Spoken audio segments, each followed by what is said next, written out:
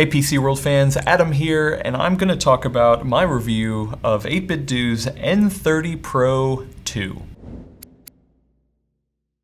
So when I reviewed the original N30 Pro, which at the time was called NES30 Pro, I liked it. I thought it was a great companion to put in your bag and have all the full functionality of a bigger controller like the Xbox One. Of course, the size and the aesthetics were the big selling point of it, but you know, there were some drawbacks like the side-to-side shoulder buttons and the lack of some features like rumble. That brings us to the N30 Pro 2, which adds a ton of features. Let's go down the list real quick. We have motion controls, we have vibration, we have USB-C charging, we have turbo, we have a little bit brand new button layout, and also some new color schemes. And all those together bring the N30 Pro 2 up to date with the SN30 Pro, which is also an amazing controller, and we'll talk a little bit more about that later. Now, all of these updates are very welcome. I really do like the inclusion of the USB charging.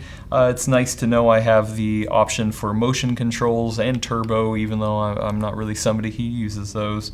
The biggest thing that it brings to it is rumble support, which you would think is not a huge thing in this day and age, but I really do like having that option. The rumble motors are fairly small, so they're a little bit on the louder side, but not super bad, and like I said, I think it's definitely a welcome change. But really, since the first one came out, there's been a lot of changes in 8BitDo's lineup, and I'm not quite sure I know who this is for anymore. At the time, it was nice to have all the full functionality of a major controller into such a small package.